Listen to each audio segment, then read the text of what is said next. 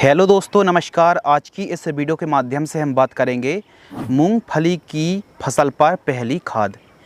मूंगफली का अच्छा उत्पादन निकालने के लिए जो पहली खाद होती है यह सबसे ज़्यादा ज़रूरी इसलिए होती है क्योंकि मूंगफली एक कंद वाली फसल है और कंद का अच्छा विकास हो तो इसके लिए पहली खाद बहुत इम्पोर्टेंट हो जाती है। इस समय यदि किसी तत्व की कमी होती है तो आने वाले समय पर जब हमारी फसल का प्रोडक्शन होगा तो उत्पादन में काफ़ी ज़्यादा प्रभावित होता है। तो पहली खाद हमको कब, कौन सी, कितनी मात्रा पर प्रयोग करनी चाहिए और भी अलग अलग जानकारी हम आपको साझा करने वाले हैं। तो इस वीडियो को लाइक कर दीजिए। इसी प्रकार की कृषि कार्य से जुड़ी जानकारी पाने के लिए चैनल को अवश्य सब्सक्राइब कर लीजिए, बेल आइकन को ऑल में प्रेस कर दीजिए ताकि जब भी हम नई वीडियो अपलोड करें आप तक जानकारी समय पर पहुंच सके। चलिए शुरू करते हैं। मूंगफली की क्रॉप बुआई 30 दिन के आसपास की होती है। तो इस समय दोस्तों आपको 30 दिन के आसपास में पहली खाद में यूरिया उर्वरक खाद लेना है मात्र 30 किलोग्राम और इसके साथ आपको सल्फर लेना है। अब सल्फर मार्केट में अलग अलग प्रकार की आती हैं। WDG फॉर्म वाली आती हैं, 90% वाली आती हैं, 80% वाली आती हैं, बेंटोनाइट सल्फर आती है, जिप्सम में भी सल्फर है, SSP में भी सल्फर है और बहुत सारी खादों में भी सल्फेट की मात्रा पाई जाती है। तो आपको सल्फर लेना है 90% वाली जो WDG फॉर्म में आती है। यह पाउडर से थोड़ा सा मोटी होती है। तो यह वेटेबल ग्रेन्यूल्स फॉर्म में आती है।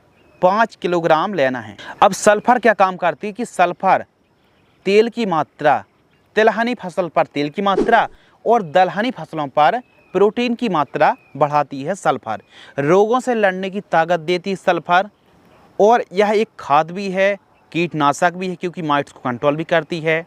यह टॉनिक की भांति भी काम करती है क्योंकि जैसे टॉनिक पत्तियों को गहरा ग्रीन करती है ना, सल्फर भी पत्तियों को गहरा ग्रीन करती है और खाद न्यूट्रिएंट तो है ही और यह एक फंगीसाइड भी है जो कि पाउडरी मिल्ड्यू को कंट्रोल भी करती है सल्फर। तो सल्फर के कई फ़ायदे होते हैं और इसके साथ यूरिया सल्फर के साथ आपको दोस्तों मिलाना है सागरिका, जो इफ़को कंपनी की सागरिका आती है पर किसी भी कंपनी का सीवीड एक्सट्रैक्ट 10 किलोग्राम, 8 से 10 किलोग्राम लेना है। अब जो सीवीड एक्सट्रैक्ट आता है यह हमारी फसलों पर फसल को हरी भरी करने में, क्लोरोफिल की मात्रा को बढ़ाने में, इंक्रीज करने में, फसल को काफ़ी ज़्यादा स्वस्थ, सेहतमंद और तने की मोटाई बढ़ाने में बहुत ज़्यादा हेल्प करती है। एक अलग चाल बढ़वार देखने के लिए मिलती है। किसी भी कंपनी का आप सीवीड ले सकते हैं, इफ़को का ले सकते हैं, PI का ले सकते हैं या फिर धानुका कंपनी का आप ले सकते हैं। तो किसी भी कंपनी का आप सीवीड लीजिए, इन तीनों को मिलाइए और इनको आप छिटका विधि से इस्तेमाल नहीं करना है। इनको आपको पहले तो ठीक तरीके से मिलाना है और 1 एकड़ में प्रयोग करना है। इनको 1 एकड़ में जड़ों से लगभग 2 से 3 इंच दूर दे करके पहले निराई गुड़ाई करें, फिर आप खाद दे करके मिट्टी को चढ़ा दीजिए। इससे बहुत अच्छा फ़ायदा देखने के लिए मिलेगा। अब इसका मतलब ये नहीं कि आपने निराई गुड़ाई करी, पहले 2 दिन की तेज़ धूप लगाइए, फिर उसके बाद खाद दे करके मिट्टी को चढ़ाइए, फिर उसके बाद यदि आप सिंचाई करेंगे तो उसके जो रिज़ल्ट हैं वो बहुत शानदार देखने के लिए मिलेंगे।